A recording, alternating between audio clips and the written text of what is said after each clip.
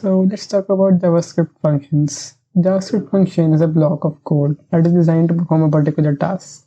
It's basically dividing a program into different parts. Now a typical JavaScript function looks like this.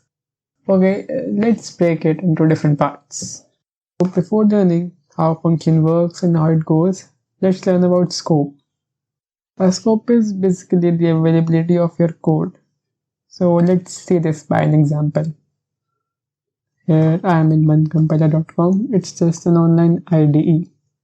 So if I write true const a is equal to 2 and I will console log this a, and I think it should work. So it's console logging 2, but if I will console log it outside these curly braces, so I do console log a and it will give an error here. So why is that so? It's because the const a has scope between these curly braces and you cannot access this outside these curly braces. Now let's get back to our function example.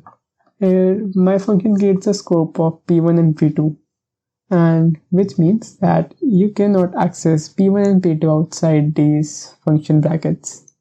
So for the question of what is the lifetime of function parameters, it is just the function block. So I would encourage you all to code along with me, and let's just make our first function that prints the sum of two elements. So here I am again in onecompiler.com, and I'm just adding add function sum a b, and I'll just add it to console log this. I just add another const c, which is the sum of a and b, and I will console log this c. So console log c, and let's just test it out. Sum.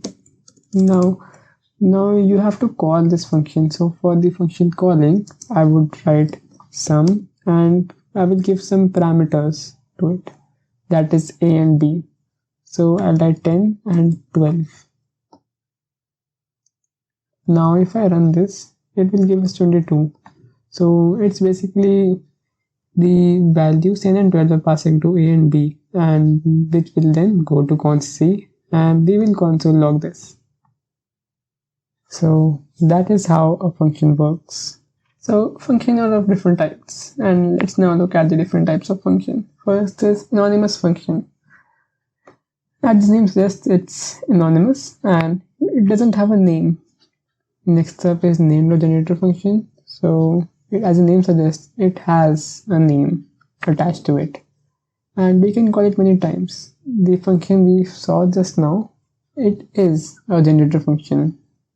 And the third one is arrow function. It is just a compact way to express a function, and it's limited and cannot be used in all situations. Now we've come up to a part, and let's just talk about why we use these functions, and there are many reasons to it.